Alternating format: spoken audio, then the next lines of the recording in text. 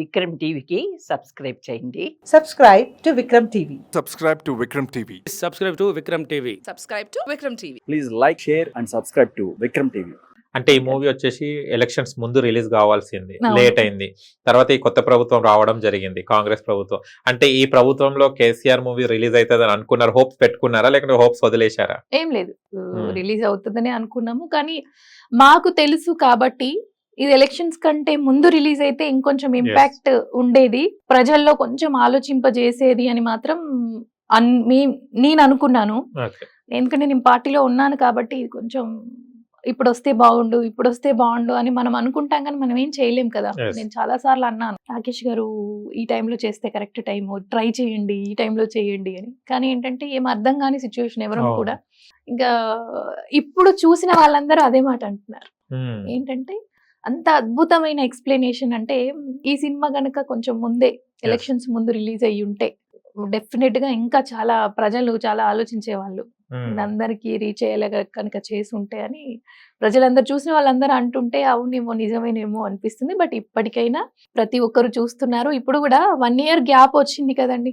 అవును, చాలా వరకు అవును. మనం బీఆర్ఎస్ ని పోగొట్టుకొని కాంగ్రెస్ ని తెచ్చుకున్నాము, కాంగ్రెస్ వల్ల ఎట్లా ఇబ్బంది పడుతున్నాము, అందరూ వెక్స్ అయిపోయి ఉన్నారు. ఒక 1 year లోనే ఇంత అపోజిట్ గా, అంటే ప్రజల గుండెలలో స్థానం పోగొట్టుకుని ఒక విశ్వాసాన్ని పోగొట్టుకున్న పార్టీగా కాంగ్రెస్ పార్టీ నిలిచిపోయింది. సో ఈ టైంలో రిలీజ్ అవ్వడం కూడా చాలా బాగుంది. ఎందుకంటే వాళ్ళకి అర్థమైన టైంలో అరే నిజమే కదా, ఇంత అభివృద్ధి చేశాడు కదా కేసీఆర్ గారు, మనం ఎందుకు తప్పు చేశాము, నిజంగా తప్పు చేశామని ఫీల్ అవుతున్నారు ఇప్పుడు పబ్లిక్. అవును. అంటే కాంగ్రెస్ ప్రభుత్వం ప్రజలను ఏం పట్టించుకుంటలేదు, ఏంటిది మీ ఉద్దేశం? అంటే బీఆర్ఎస్ ప్రభుత్వం Definitely. నుంచి కాంగ్రెస్ ప్రభుత్వం రావడం మీకు- డెఫినెట్లీ. అంటే ఇప్పుడు 6 గ్యారంటీలు అని చెప్పి మోసం చేసి గెలిచారు, 420 హామీలు ఇచ్చిండ్రు. దానిలో ఎన్ని గ్యారంటీలు నెరవేర్చిండ్రు, వాళ్ళు పెట్టిన టైం ఏంటి, ఆయన మాట్లాడిన మాటలేంటి, చేసే చేతలేంటి, ప్రజలందరూ చూస్తూనే ఉన్నారు. ఇదే కాకుండా ప్రశాంతంగా బతుకుతున్న హైదరాబాద్ వాసులని హైడ్రాన్ తీసుకొచ్చి మొత్తం వాళ్ళని అల్లకల్లోలం చేసి ఆగమాగం చేసి వాళ్ళకి నిద్రాహారాలు లేకుండా చేసి చాలా మందిని, అంటే ఇల్లులు కోల్పోయి నిస్సహాయంగా వాళ్ళు ఏడుస్తూ మా ఫ్యూచర్ ఏంటి, నెక్స్ట్ మా ఇంటికి కూడా వచ్చి కూలగొడతారేమో అని నిద్ర లేని రాత్రులు గడిపిన సందర్భాలు ఇప్పుడు చూస్తూనే ఉన్నాం మనం. హైడ్రాన్ తీసుకొచ్చారు, అటు లగచర్లలో ఊరు ఖాళీ చేయాలని చెప్పేసి వాళ్ళని చాలా టార్చర్ పెట్టారు. మహిళల్ని గర్భవతులను కూడా చూడకుండా వాళ్ళని తొక్కుకుంటూ వెళ్ళిపోయి చాలా ఇబ్బంది, ప్రజల మనసులలో, ప్రజల ప్రతి ఒక్కరి మనసులలో విశ్వాసం కోల్పోయారు.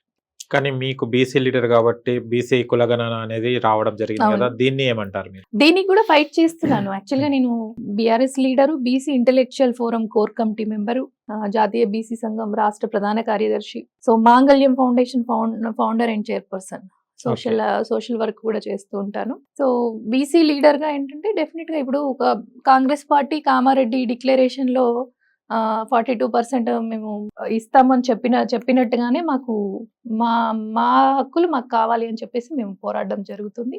దాని గురించి మేము ఎన్నో మా నాయకుల ఆధ్వర్యంలో కానీ మేము కానీ చాలా రౌండ్ టేబుల్ సమావేశాలు పెట్టాము, మెమరాండమ్స్ ఇచ్చాము. మొన్న గవర్నర్ గారిని కలిసాము, మొన్న మా జాగృతి అధ్యక్షురాలు కవితక్క గారితో కలిసి కూడా మేము బీసీ డెడికేటెడ్ కమిషన్ కి కూడా మేము మెమరాండం ఇచ్చాము, వినతి పత్రం అందజేశాము.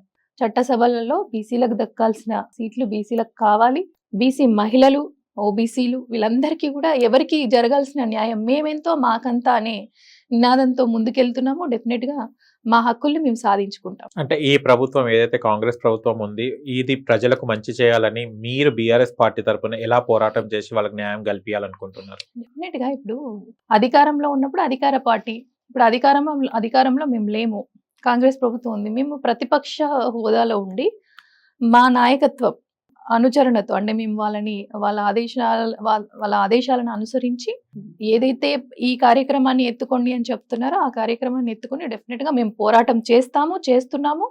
మీరు చూస్తూనే ఉన్నారు, ఇప్పుడు లగచర్లాది కూడా క్యాన్సిల్ చేశారు. మేము ఏదైతే గట్టిగా పోరాడము, న్యాయం చేయాల్సిందే, ప్రజలకు అండగా మేము ఉంటాము, మీరు ఎన్ని అరెస్టులు చేసినా మేము భయపడము అని మా రామన్న గారు, హరీష్ అన్న గారు అందరూ కూడా పోరాటం చేశాము, దాన్ని సాధించాము. హైడ్రా విషయంకి వస్తే మీరు బుల్డోజర్లు పంపిస్తే మేము అడ్డం ఉంటాం తప్ప ఇల్లులను గులగొట్టనీయమని చెప్పాము. మేము అట్లే ఎప్పుడైతే బీఆర్ఎస్ పార్టీ ప్రజల తరపున నిలబడిందో ప్రజలకు అర్థమైంది ఎవరు మన వాళ్ళు ఎవరు మన వాళ్ళు కాదు, వాళ్ళకి అర్థమైంది. దాన్ని కూడా ఆపేయడం జరిగింది. అంటే ఏదైతే హైకోర్టు ఆదేశాలను అనుసరించి మేము చేస్తాము అని చెప్పేసి వెనక్కి తగ్గడం జరిగింది. ప్రతిది కూడా మనం ఇప్పుడు ఆదాని విషయమే ఉంది, 100 కోట్లు రిటర్న్ ఇచ్చేశారు. అంటే అదంతా కూడా పోరాట ఫలితమే కదండి. అంటే కాంగ్రెస్ ప్రభుత్వం ఏమంటుందంటే మేము మంచి పనులు చేస్తుంటే బీఆర్ఎస్ ప్రభుత్వం ఉట్టిగానే మా మీద నిందలేస్తుందని అంటున్నారు. అంటే నిందలేస్తే చూస్తూ ఊరుకునేంత అమాయకంగా ప్రజలు ఎవరు లేరు. ఇప్పుడు ఉన్న మీడియా కూడా అలా లేదు. ఎందుకంటే చాలా అప్డేటెడ్ గా ఉంది. ఇదివరకటి రోజుల్లో ఎవరో చెప్పారంట అనేది దాన్ని అంట అనుకుంటూ వెళ్ళిపోయేవాళ్ళు. కానీ ఇప్పుడు అట్లా లేదు కదా. ఇప్పుడు జరిగితే ఈ క్షణం మరో క్షణమే మన జనాల్లోకి వెళ్తుంది. ప్రజలందరూ చాలా అప్రమత్తంగా ఉన్నారు. వాళ్ళకి ప్రతిదీ అర్థమవుతుంది. వాళ్ళు ఏం తప్పు చేశారో అర్థం చేసుకున్నారు. ఏదో బురద జల్లితే చల్లారు అనడానికి మాటలు అబద్ధాలు అంతే. అవి అబద్ధాలు. వాళ్ళ మాటలు ఎవరు నమ్మరని బయట అసహించుకున్నారు. జనాల్లోకి వస్తే అర్థమవుతుంది.